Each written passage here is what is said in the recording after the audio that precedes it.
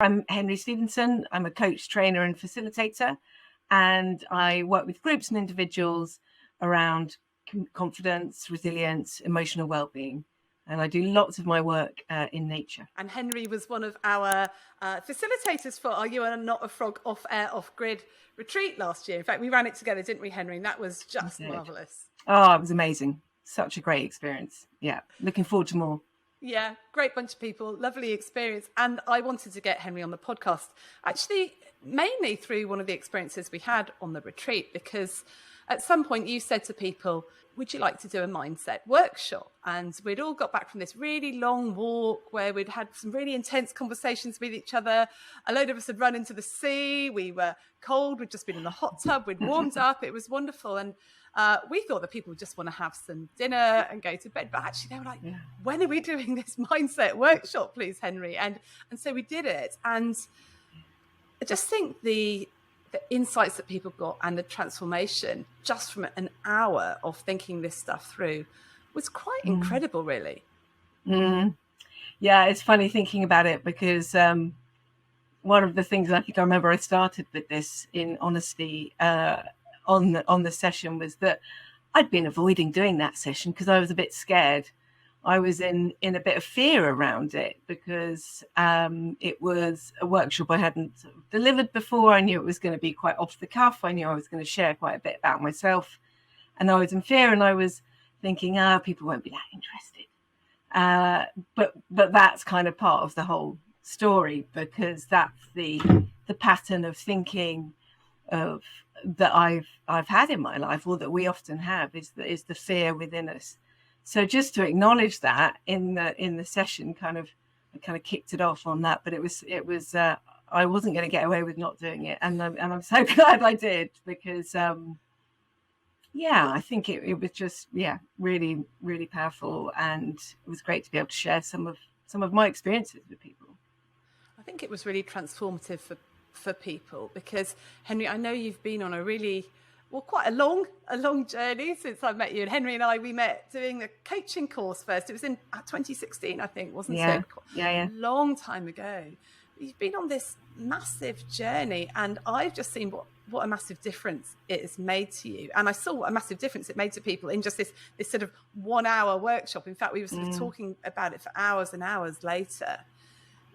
What was it that really kicked you off on this sort of journey of thinking, hang on, I need to find a different operating system? God, how long have you got? About 45 minutes. Yeah.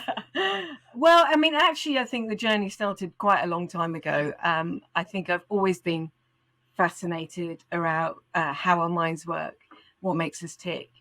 And I, when people always say, what are you passionate about? I've just always been passionate about people and people realizing their potential. But what I recognized within that, I wasn't always realizing my own potential. And for many years, I have had sort of low confidence in certain situations. I put on a good act and, didn't think anyone would really notice. But underneath, lots of self-doubt and things that were getting in my way. And so the thing that kicked it off mostly, first of all, was a period of a bit of burnout, actually. And that was actually before I met you, Rach, about sort of 3 or 4 years before that, where I was just taking more and more responsibility for things at work. I'd just say yes to everything. I would look around and think, well, everyone else is coping, so I need to be doing more. I was struggling with prioritizing because I just felt I needed to do more. And I just reached complete sort of overwhelm. And at that point, I realized I needed to do something different. And I actually ended up having a year of cognitive behavioural therapy. The occupational psychologist said to me, you're getting all of your self-worth from work, and that's not healthy. So that started me off. And so that was a year of work, and I did some other things within that around my personal development. And then after I got married and had children, I really wanted to train as a coach. I'd been doing a lot of informal coaching in my work, but I needed that badge to say, yes, I am good enough at this. So that's when we met. And it was actually after that period where I trained as a coach, I had quite a, important job, however you want to describe an important job. But I was working in an organisation. I was sort of stepping up into a bigger role, and I was managing 2 kids, and I was commuting up to London, and I recognised some patterns that I was in again of trying to be the best mum, trying to be the best wife, trying to be the best leader, all these things, and actually failing in some of those areas. And I knew the thing that holding me back was, again, some of my self-belief. And so that's when I was at a point where I was, oh my God, now what am I going to do? I've done some therapy, I've done coaching, what next? And actually I met a new coach, which was Katharina O'Gorman from Think Love, the founder of Think Love Education. And I started that journey with Katharina, and that completely transformed my life, essentially, and made me look at things in a completely different way. And what I discovered through that work was the patterns of my thinking, how that was informing the beliefs that I had about myself, and therefore my behaviors. And that really at the core of it was a need to develop a muscle that I hadn't ever developed, which was about kind of properly loving and accepting myself. And even as I say that now, I can feel the ego in me go, oh, that's a bit cringe. But actually, I don't mean it in a kind of way of, a bit of self-care and a bit of, doing this and that. I mean, actually, fundamentally backing myself and accepting myself, and really, building that from the inside, rather than the feeling that I'd be okay once everything else outside was sorted. Henri, I'm just fascinated in what you just said there. When you said I'm backing myself and loving myself. Oh, I can feel my ego going, oh no. Because I think this is what we get so wrong about our egos, our own sense of self, that it's not just being big-headed that our egos help us with. Our egos often help us the other way and not be, but our egos say you mustn't think that, you're not very good, in this sense of self-protection. So when we say someone's egotistical, we often mean, oh, you're so big-headed, you think the world of yourself. But I find so many people, their egos are getting away in absolutely the opposite way, and they're not able to feel confident or love themselves because they're so obsessed with themselves and what people think of them. And I don't mean that they're selfish, I just mean that they are so scared of doing anything that is going to make other people see them in any other way. Yeah, it's a complete sort of protective piece of us. And I think for a long time, I kind of saw it as a negative thing for me. Whereas actually, as you say, and actually using the term ego, I think can be quite confusing sometimes for people. So when I'm talking about ego, it's really when I'm really in my head, or with that internal chatter going on, or the sort of part of your brain that's analyzing things all the time. It's usually when I'm in fear, when I'm feeling a bit lacking in myself, all of those things. It's the analytical sort of mind piece. But it served me very well in many ways. And it's made me, so it tipped over in terms of trying to prove myself and working really hard. But it also made me do a really good job and get recognition for that. So it's not a sort of bad thing, but it's about how you use it in conjunction with our other wisdom within ourselves, which is, for me, around your heart space, or what's in our gut, and using all of our parts to create more sort of happiness or joy in our lives, love in our lives. I think for me, the way I understand it, sort of neuroscientifically, and Jill Bolte-Taylor talks about this brilliantly, doesn't she? She's TED talking in her book, and I've got another podcast that's coming out very soon with Giles Croft about this, is that when we talk about our egos, we're really talking about our left side of our brain that is conscious of time. So we know that we're going to die. We know that there's going to be an ending to this life as we know it. We're also use our left brains to therefore plan and to achieve. And because we have this concept of time, we know that we have to keep ourselves safe. And that's the left amygdala that comes in. And the left amygdala is all about protecting you as a separate person from other people, because the left amygdala wants to keep us safe. And what it's doing is constantly scanning for threats, group threats, hierarchical threats, physical threats, because it's much more concerned with keeping us safe than keeping us happy. And that is the problem, isn't it? Because you can keep someone safe, but they're going to be you could lock someone in a room and give them food and water. They're not going to be happy, are they? It's going to be awful, but they'll be safe. Yeah, exactly. And it doesn't always know the difference between truth and reality. It reacts in the same way, whether it's maybe an uncomfortable conversation with somebody or a really threatening situation.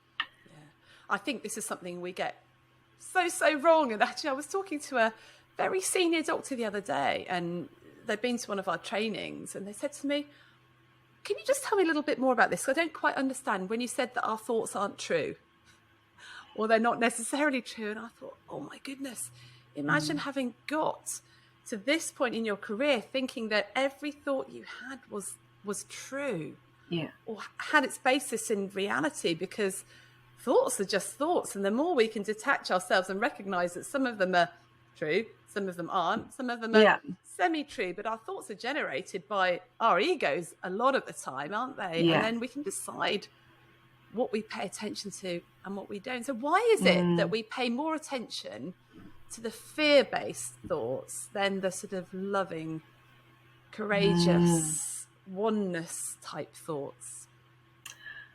God, I wish I had a definite answer for you on that, but I guess it goes back to the kind of keeping ourselves safe. It's that sort of automatic reaction. It's really sort of built within us. And I think in the societies that we live in and the way everything is sort of set up, we're much more geared up towards our left brain than our right brain. That's how the kind of world operates, really. And so I think it's very easy to sort of be in that most of the time. And I was thinking the other day about what a contradiction this all is, because I've been doing a lot of work around saying no. We had a webinar last night with over 1,000 people had signed up for it. So this is a real, real issue. If you're doing it all, how do you say no? And we always get the same comment and the same pushback in the chat is, what if I get a complaint? We can't say no for medico-legal reasons. We can't say no because of mistakes and patient safety. And it's so interesting, because if you think about it, if you say no to something that you can't do because either you're not competent to do it, or you're worn out, or it's not in your contract, which are generally the reasons you have to say no, then yes, you might get complaints from people. You might get pushback. You might get people being annoyed with you. And yes, you might get referred to the regulator. People get referred to the GMC all the time for silly tweets or this, that, and the other. The GMC doesn't take many of them forward. We're so petrified of that. But you're generally going to be okay, because if you can show insight and say why you did it, even if you did the wrong thing, you can say, oh, well, next time I've reflected, blah, blah, blah. But here's the rub. If you continually say yes, you never say no, because your ego is trying to protect you from that uncomfortableness, from people pleasing, and you carry on and you carry on, and you end up burning out, you end up stressed, etc.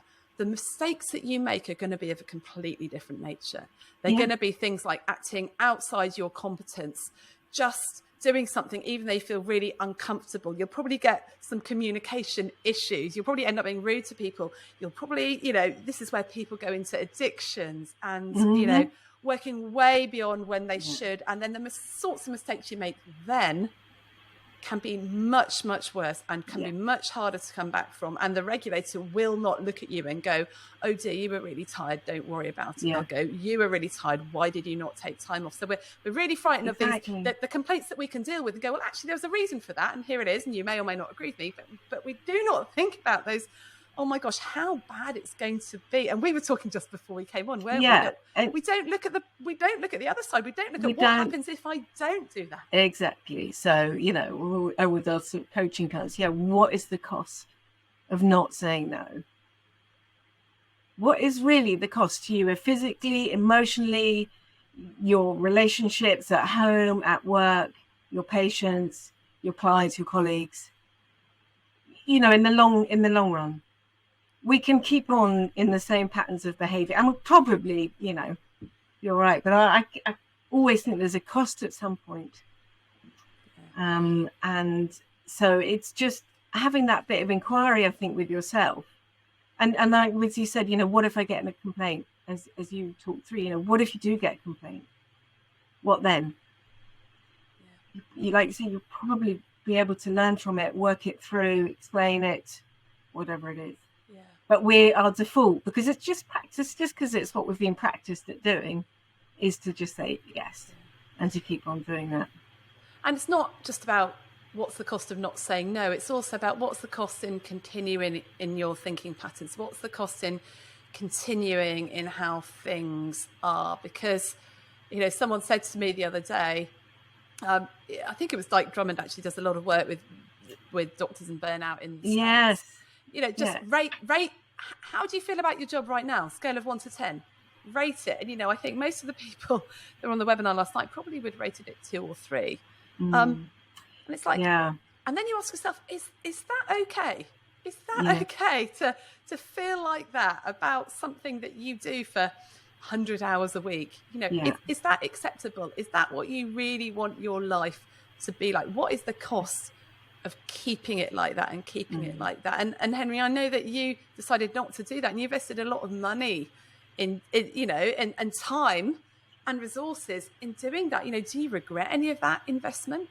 God, no, not at all. Not at all, because I feel completely different. And that's not to say I haven't got challenges. I think this is one of the traps that I fell into was, and I think often we do, is like, well, if I just do this, then I'll be all right, and I'll be fixed, and I'll be sorted, and it'll all be, come together.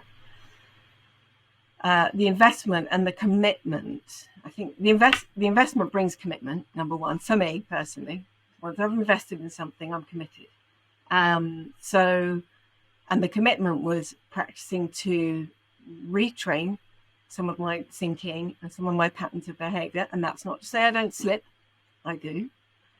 But it means that when I meet challenges, it's how I approach those really depends on where my mindset is. So let's be honest, in January, we were due to have this podcast. I was having a tricky time in January. I really crashed into this at the beginning of the year. And I just didn't feel in the right headspace to be able to have this conversation. And of course, all the ego came up for me around, I don't want to let Rachel down. I've got to, just, brush yourself down and you'll be all right and be able to talk about this stuff. But actually, no, what I chose to do in that moment was just say to you, I can't do it today. I'm just going to have some time out. And that's what I did. Now, my circumstances since then have changed a little bit, but not dramatically. I'm still dealing with some of the same challenges. But because I allowed myself to recognize what was happening for me and allow myself to feel those feelings, I've let go of some of the stories that I was creating in my mind. So I was really attached to some limiting negative thoughts. And that took me down. And once I'd kind of moved from that and reconnected with myself a bit more, then I'm in a better place to actually manage my business, to think creatively. So no, the investment, I don't regret anything. But that I'm always a work in progress. I'm always learning. I love anything around. I think the more you know yourself, the better life is. But it's just about, I'm not as dependent on others to make me feel good. And I'm more in control of how I want my life to be. But that has taken some courageous steps, and it has been very fearful at times. What was the mindset shift that you had then? What was the fundamental mindset shift that you needed to go through? Obviously, in January, you had a low point, but you were able to just go, no, I can't do this. I need to look after myself. And you're better. So what enabled you? And I love what you're saying, because it's not about, if I do this, I'm going to be absolutely brilliant for the rest of my life and I'll feel like this all the time. But you were like, oh, I'm having a tough time and I'm going to look after myself. And the Henri from 3 or 4 years ago probably wouldn't have been able to say that, right? No, because I would have been, so not wanting to let you down and so feeling like I've got to, be strong and and show up and all of these things and not be vulnerable. And so the shift was actually thinking, what is the thing that I need to do that's the most kind and compassionate thing for myself? And that's really challenging, because the next thing that comes up, well, that's a bit selfish. That's a bit self-indulgent, isn't it? So that's okay. That's the old thinking. That's the, that's there. And so I can see that, and I can say, yeah, thank you. Just sit in the back seat, please. While I actually think about what I need right now, what's most loving. And I do appreciate that isn't, sometimes to take a bit of time out or to not do a particular thing is challenging. But even I do think you can still do small things each day to just focus in on what your needs are and what's going to support you and get you in touch with your heart a bit. So it's really that getting in touch with your heart and your gut. What you did at that point was go, okay, did my head say I should get on the podcast with Rachel because I'll let her down, blah blah blah blah blah. And incidentally, side note, of course you didn't let me down. Like, who doesn't like suddenly an hour in their day to get on with stuff? I think we're so worried about letting people down. Half the time people are like, yay, brilliant. And I kind of knew that too, but it was still there in my head. Yeah, but this this word self-indulgent, we have really weaponized that word. I had a member of my family who shall remain nameless, who doesn't listen to the podcast anyway, so we're fine. It's not my other half. He's learning. He's coming around. We're managing to turn him. Come on the journey. Yeah, we'll drag him there, kicking and screaming. Someone in my family accused me of being self-indulgent because I was trying to thrive in my work, and that is just like, oh, for goodness, why wouldn't we be self-indulgent? Because the bottom line is, if I'm not here, if I'm literally not here, I can't serve anybody. Well, that is the bottom line, right? The bottom line. So yeah. So I had a moment in when I was doing my training with Katharina. We were on the retreat, and I basically said that my dad died when I was young, and so at some level I've got a fear within me about my kids maybe losing a parent. That's just something that's there at a very deep level. And I was sort of sharing a bit around that, and I said something like, I'm absolutely 100% prepared to put the boys and Steve's, my husband's, needs ahead of mine. Like, for me, that was just like, yeah. And it wasn't until Katharina kind of said, really? And at what cost, essentially? And really, and I know that sounds, maybe quite dramatic, and hopefully it would never have got to this stage, but I was being a martyr, essentially. And if I'd carried on, possibly in time, maybe I would have created the one thing that I really didn't want, and maybe I would have got ill, or I don't know, but it was a wake-up moment for me to go, okay, that's in all the sort of fear of trying to control everything and manage everything and make it all okay for everybody else, I was doing that at the cost of myself, and what impact might that have had long term? Yeah, and I know you say, hopefully that would never happen long term, but we are seeing doctors dying by suicide in increasing numbers at the moment. I heard about someone in another caring profession recently in our town who died by suicide, and there are obviously lots of other factors involved, but it happens if you push too hard and too long. And interestingly, we went out Mother's Day. We went out for Mother's Day the other week for brunch, and my other half, bless him, said to the kids, let's say what we like about Mum. He's really learning. He knows that my Well love language. done. I know he gets. You've gold been star training for that. well. I've been training him well. And again, he doesn't listen to the podcast, so I can compliment him on here. He knows that my love language is words of affirmation. So we're sat at brunch, and my other half says, "What do you like most about Mum? What do you appreciate about Mum?" And my teenage son said, bless him, he said, "You've been much less stressed recently." And that was what he appreciated about me. I thought, oh my goodness, why have I been much less stressed? Because if I'm honest, Henri, and this is like me opening up just between me and you, I've been pretty close to burnout recently because we've had so much on. Yeah. And again, thinking I've got to get this out, I've got to serve people. And again, ego telling me it's really important that I work every weekend, blah, blah, blah. And we've had some people that have just come in and gone, no, unless you look after yourself, unless you just stop, you are no good for anyone else. And so the last, few months I've been really putting that in, I have to look after my own needs. And it has felt really selfish. But my son says, what I like about you is that you're less stressed. Yeah. What does that tell you about how I am when I'm not being self-indulgent, right? Yeah. Well, exactly. And your presence will be different, with the kids.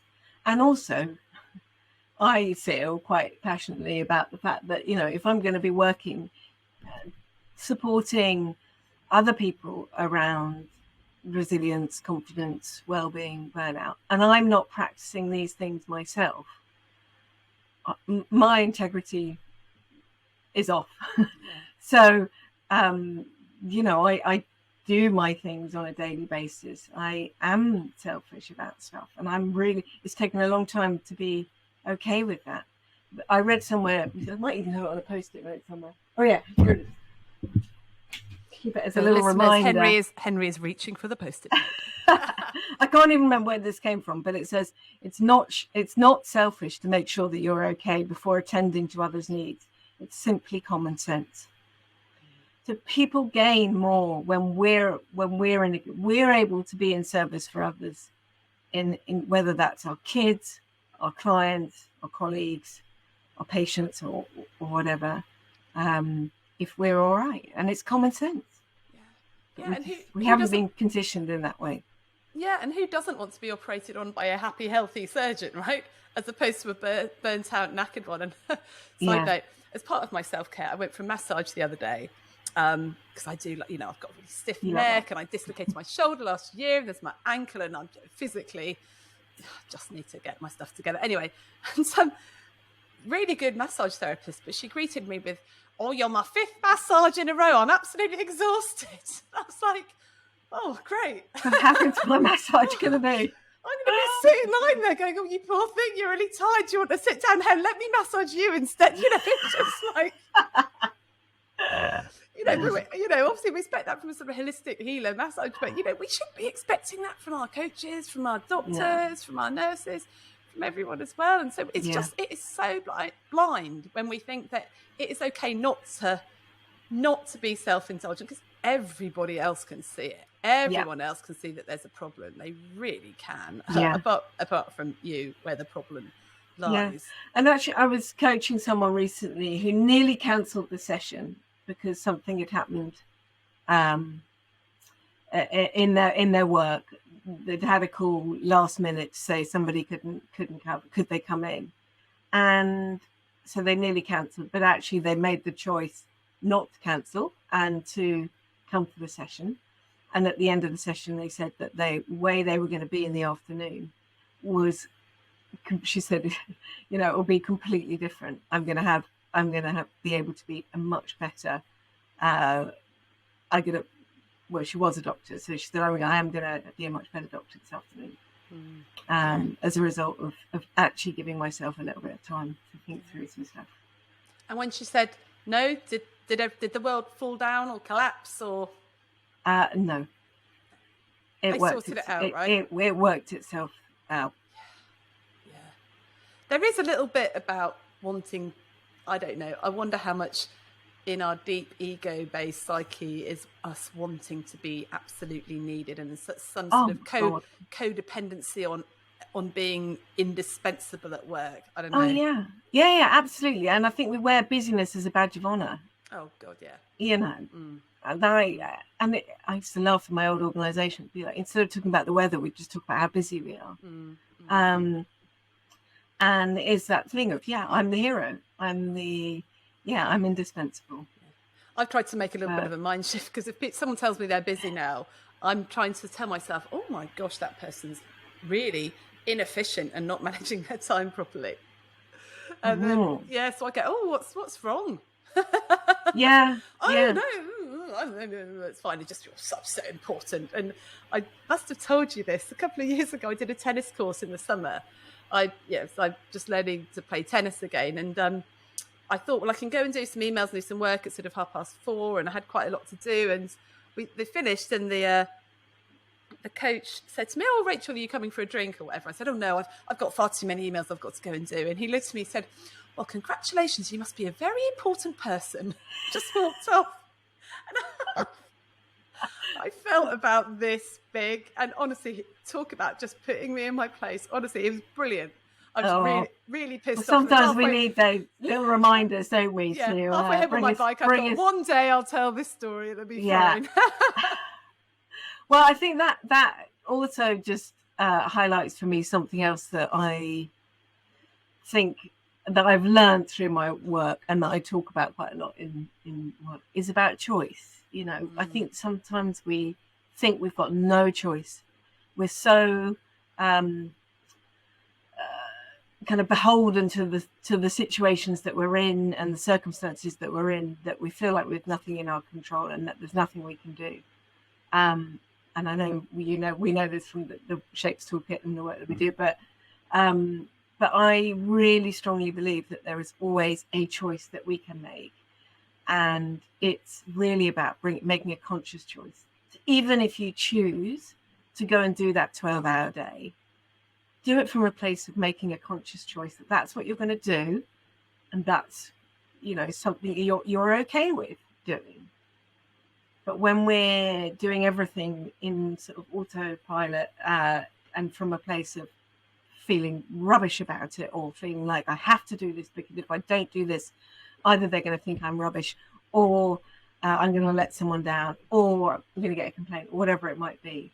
When we're coming from that energy, then we feel like we've got no sort of personal power. And it is so interesting about how that small shift in mindset makes a complete difference. So, when we do the training on how to say no, people are always saying, I have no control over when I leave work.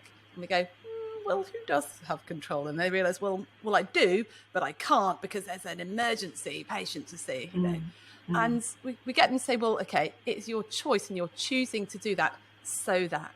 And that power language of I am choosing to say that can make all the difference, even if you still do the same thing. Because, with doctors, it's like, I can't possibly say no, look after myself, not do that, rest, because someone might die. Patient safety all the way. I'm letting my patients down. And I always say to people, well, genuinely, if someone's going to die because you've said no, don't say no.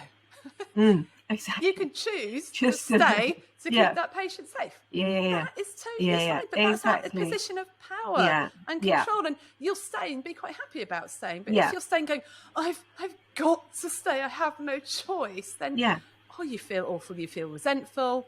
And often you're staying because you don't want to piss that person off, or the word.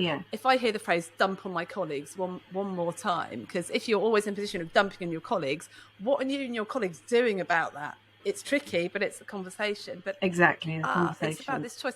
Henri, how do we make that choice though in a position that's not ego, that's not fear, amygdala, trying to keep ourselves safe based? What else can we use? So I often I have to ask another part of me, which sounds a bit weird, but so when I'm in my head, I'm often in fear and ego.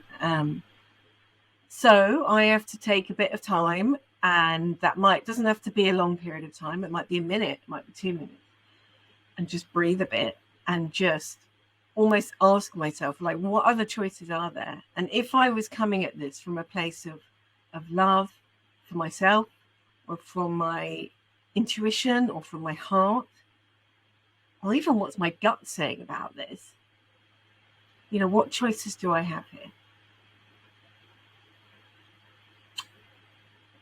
And being really honest with yourself and listening. So it's about kind of listening in a little bit to what that other part of us is saying, because otherwise we just get caught in the same cycle. And also, if I make this choice, how am I going to feel? And then if I make that choice, how will that make me feel? And just being aware of those things, and then choosing from there.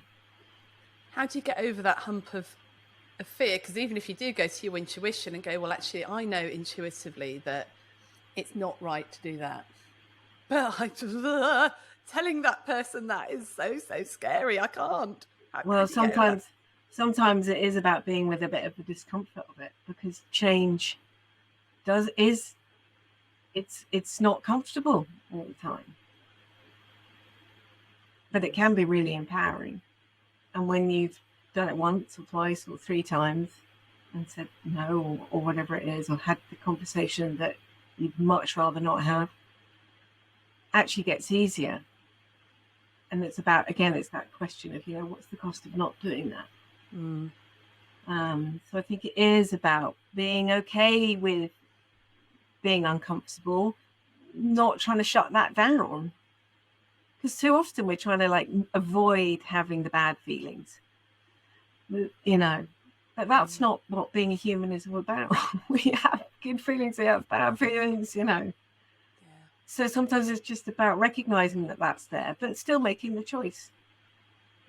The choice that's going to serve you in the longer term. And so do you have any actual techniques that you use to do that? So you've already mentioned sort of some grounded breaths. I know you do a lot in nature, which is an amazing way of getting some perspective on stuff, and just, realizing our place in this world, that, that our ego is not the most central important thing in the world. So, nature for me is really helpful, because when I'm in nature, I can feel calm and grounded. So I guess my first tip is, whatever works for you, to quieten the mind and get in and try and feel sort of grounded in yourself and calm. So whether that's, having a moment on your own, or being in nature, as it is for me. And then when you're in a bit more of a relaxed state, I think it's easier to act from there. And from there, you're able to kind of work out a little bit more about what you could be doing. I do have some other sort of models and techniques that I use within my coaching. Sometimes I find writing stuff out. So, I might even write down, what is the fear? Write it all down and just get it out, and then kind of look at it, and then think about, what do I really want? How do I want this to be? And focus there. Because that's the more empowering place. That's the place that's more in tune with what, the life that we want to have, really. How do you get people to get to that, what do I really want? Because in my experience, and particularly working with doctors, people don't, I think we've been so used to dancing to someone else's tune for so long, doing what other people say we should do. And, right from, you should do these A levels and don't do art, do chemistry, which is what happened to me. Yeah. And, you've almost lost your sense of, hang on, what do I want? Actually what I just want to do is go lie in bed and put my head under the pillow and go, oh, make it stop, please. I just need some rest. But that is, again, that's from a place of fear as well. So yeah, how do you work it out? I don't think there's one kind of quick fix, sort of do this and that's it. I think it is a little bit about finding what works for you. Sometimes I can get myself caught up in I don't know what I want. And then I create even more stress for myself and pressure on myself, trying to work out what I want. I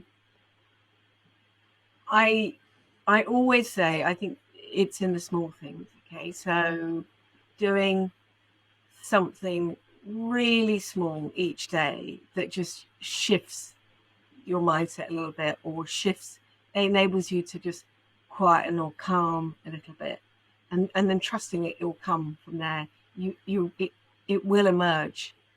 Like, it's when people say things like, we have our best ideas in the shower, or on all of those kind of things. It's because, or when we're out, having a walk, it's because we're in a calmer state. And that's when you can actually get in, actually, that's what I want. You sort of get yourself out of the day-to-day. And that isn't always possible because we're living very busy lives. So it's just doing maybe one tiny thing, like a minute a day or 5 minutes a day of writing something down, or being in nature, or doing a breathing exercise. I think that question of what do I need right now can be quite helpful if you're just completely overwrought. What do I need now? Because then once, like you said, getting into that place of relaxation, you can then go, what do I really want? But it is really hard to know that when you are what I call backed into the corner, with the shades, and we're in our adrenaline based zone where we're stuck in people pleasing and perfectionism and shame and guilt and all that sort of thing. Yeah. I mean, it's the same, with kids. If you've ever had those situations when your child's having a massive emotional outburst or whatever, and you know that you can't get through to them when they're in that state. You have to wait till things have calmed, and then you can have a different kind of conversation. And it's the same when we're in that frenetic busyness. It's very hard to get in touch with, actually, what in our heart of hearts do we want to do? What would make us feel a little bit better in this situation? And how do we learn to trust that? How do we learn to trust our intuition when we are surrounded by all these different voices that tell us what we should and shouldn't do? And I'm talking about some of the internal voices as well. How do we know that is coming from our hearts and our intuition? Is there any signs? I think there's a sort of a deeper knowing, I think, when it's coming from that part of you. I did a practice recently, actually, which might be a good one to think about, because it kind of gets to the heart of things. I was on a webinar, and the question was, why are you here? And so we all wrote some stuff down. And then the next question was, why are you really here? So I wrote some more stuff down. And the next question was, why are you really, really here? And that is when you get to the sort of heart of things. So you cut through the sort of, the first sort of reasons, which is usually the sort of head ego stuff. And you get a little bit. And I think it's almost like you can feel it in your body a bit more. I believe when you're working from your intuition, it's a feeling in that it sort of almost has a different energy to it. You can always sort of physically feel it when your shoulders are up and you're operating from here. Actually, when you're operating from your intuition, things feel calmer.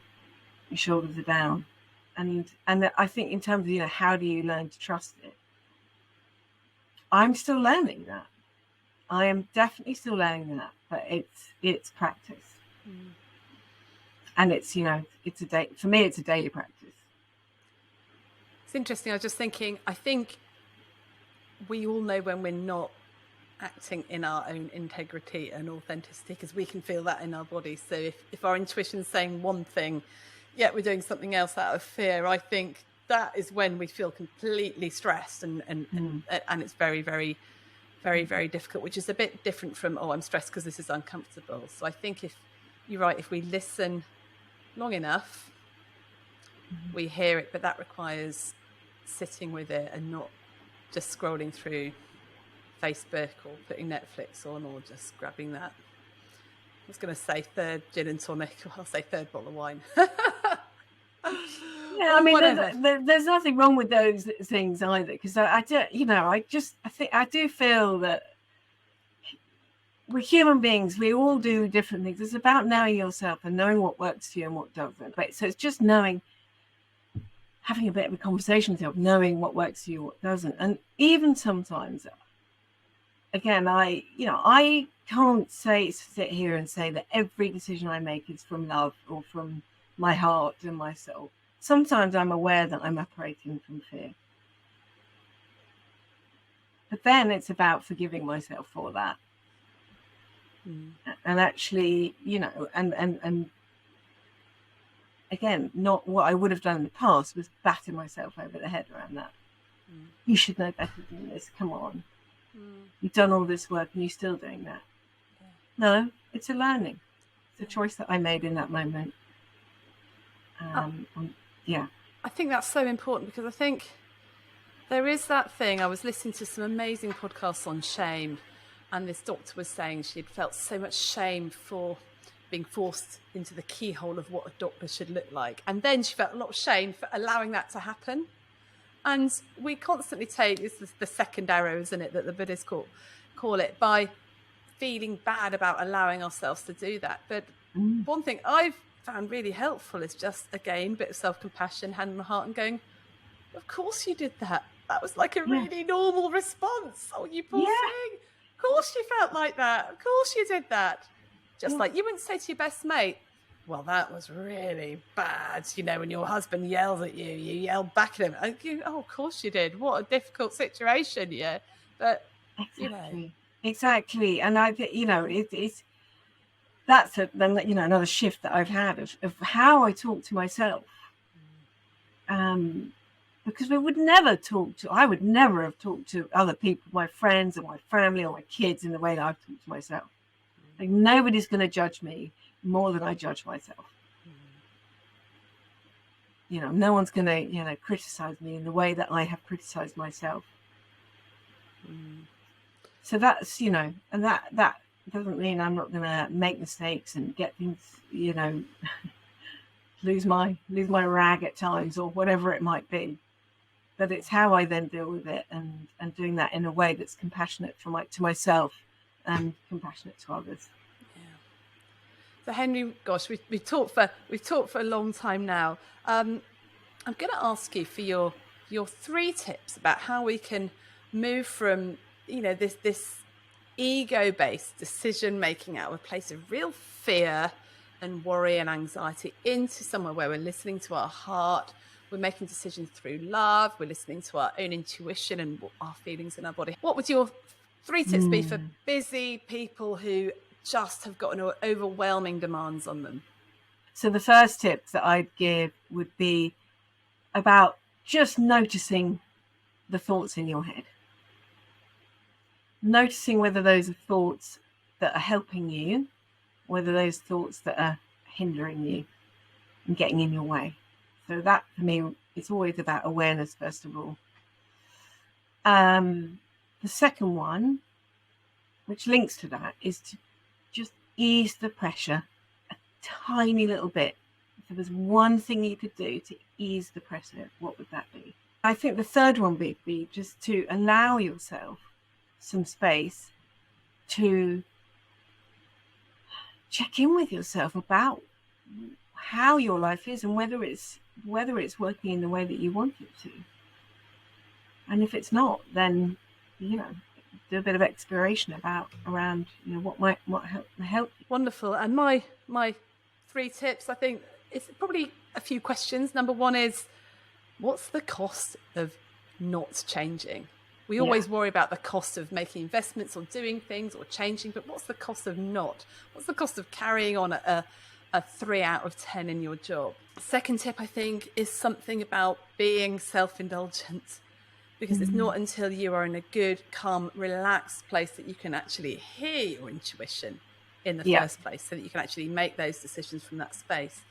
And I think my third one is the self-talk. Watch the self-talk and use the, oh, of course you're feeling like that. Oh, of course you are. Bit of self-compassion. Of course you are. What do you need right now? Yeah. What do you need? And often it might be a bath.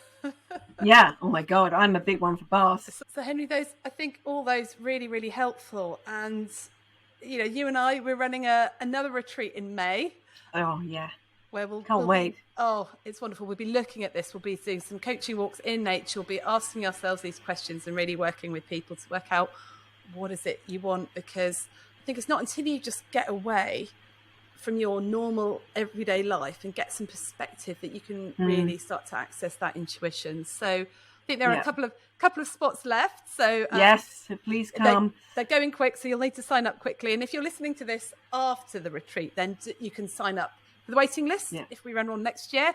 And we'll put the links in the show notes. But just encourage people that even just getting away for a couple of hours and going for a walk, or having a bath, or just sitting so you can just let your physiology come down would be really good. And Henry, I know that you run retreat days as well to look at some. Yeah, I have my Nourish retreats, which is the day to connect in nature and have a bit of breathing space, a bit of thinking space, where I share some tools along these lines that we've talked about today, and just give people that opportunity to drop the shoulders for a day and get some kind of quality thinking space with others.